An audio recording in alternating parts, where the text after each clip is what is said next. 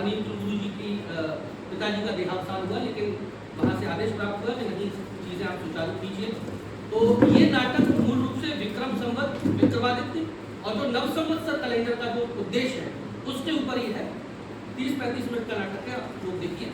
पहले हम पूर्वन करेंगे, पूर्वन के बाद दीप प्रज्वलन के बाद कार्यक्रम का विधिवत शुभारंभ करेंगे। तो लीजिए, आपके बीच प्रस्तुत है विक्रम संवत का पूर्वन।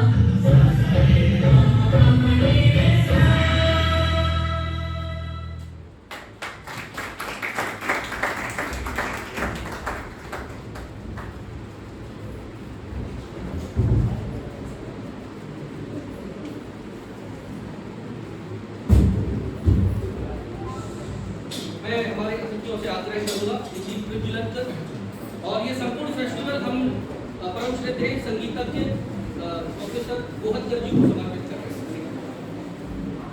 हैं।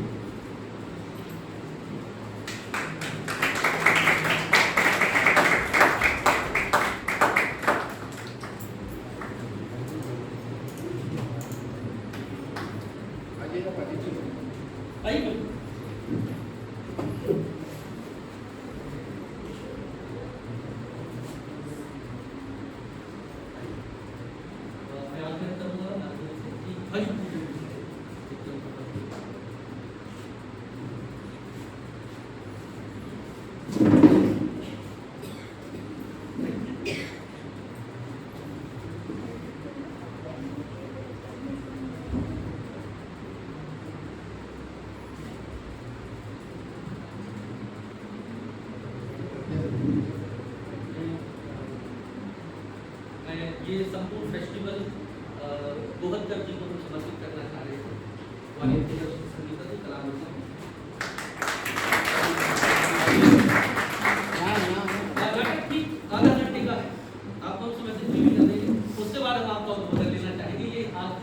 है कि 7 नंबर था कि साहिब।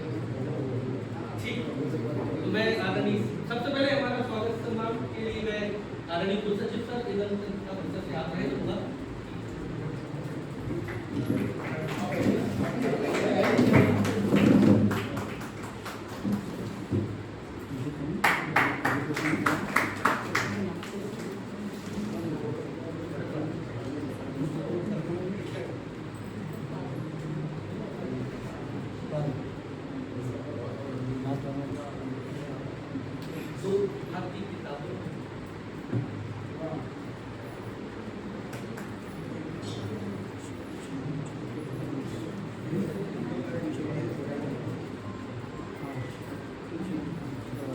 मैं परम सुदेश निवासी से विनम्रता पूर्वक आग्रह करूंगा कि अपने उद्बोधन से हम सबको आशीर्वाद प्रदान करें।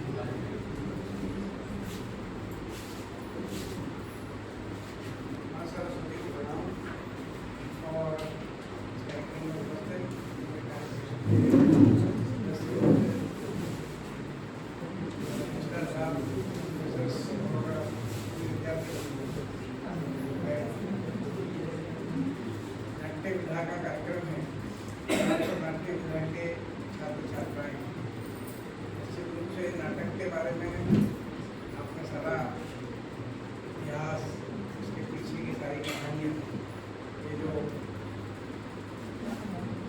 चीज़ें हैं, ये सारी अध्ययन कर रहे होंगे। तो नाट्य विषय एक ऐसा है जीवन के अंदर, जीवन यह एक स्वयं एक नाट्य है और नाट्य की उत्पत्ति, शास्त्र की उत्पत्ति, यह अगर हम देखें तो शाश्वत काल से, सनातन काल से यह हमारे इस राष्ट्र के अंदर भरत मुनि का नाट्यशास्त्र पंचम वेद के रूप में हम सब मानते हैं। और उसकी उत्पत्ति के पीछे जो नाट्य के 4 प्रमुख अंग हैं, कौन से हैं? अंगिक, वाचिक और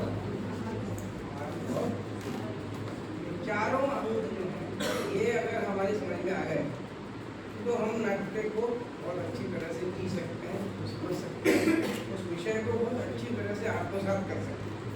और इस दृष्टि से ये जो चारों अंग हैं नाटक के, इन चारों अंगों की ओर हमें ध्यान देने की आवश्यकता लगती है। आप जितना भी अध्ययन करेंगे इस क्षेत्र के अंदर, इन चारों को लेकर ही मिला।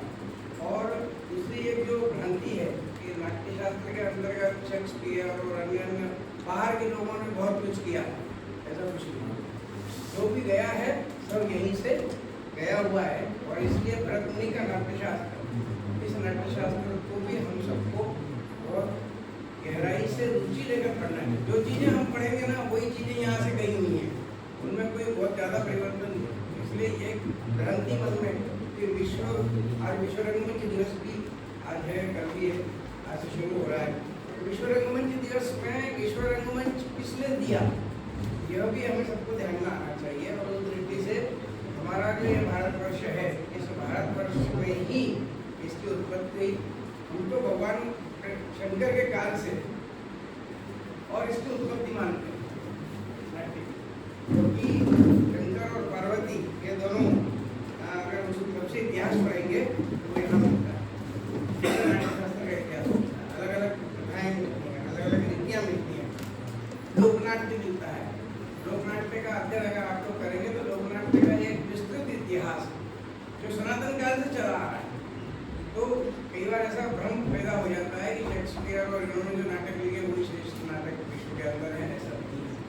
और इस दृष्टि से हमें अपनी अनुभूति होना, हमें अपने राष्ट्र की अनुभूति होना, यह नाट्यशास्त्र ने सिखाया है। और इसलिए नाट्यशास्त्र एक बहुत महत्वपूर्ण विषय है। इस विषय को रुचि लेकर और अपने जीवन में अगर आत्मसात करके हम इसका अध्ययन करेंगे तो इसको बहुत जल्दी समझ सकेंगे, ऐसा मेरा विश्वास है। आपके इस विश्वविद्यालय के अंदर इस प्रकार का जो कोर्स चलता है और आपके जो सर हैं ये बहुत मेहनती हैं और आपको बहुत सारी चीज़ें इनको आपको सिखाते ही हैं निश्चित रूप से। तो इसका अध्ययन आप अवश्य करिए और छोटी छोटी बातों को ध्यान में रखकर हम आगे बढ़ेंगे सफलता की ओर और हम जा सकते हैं। मनुष्य जीवन बहुत दुर्लभ है। एक इस डायलॉग को भी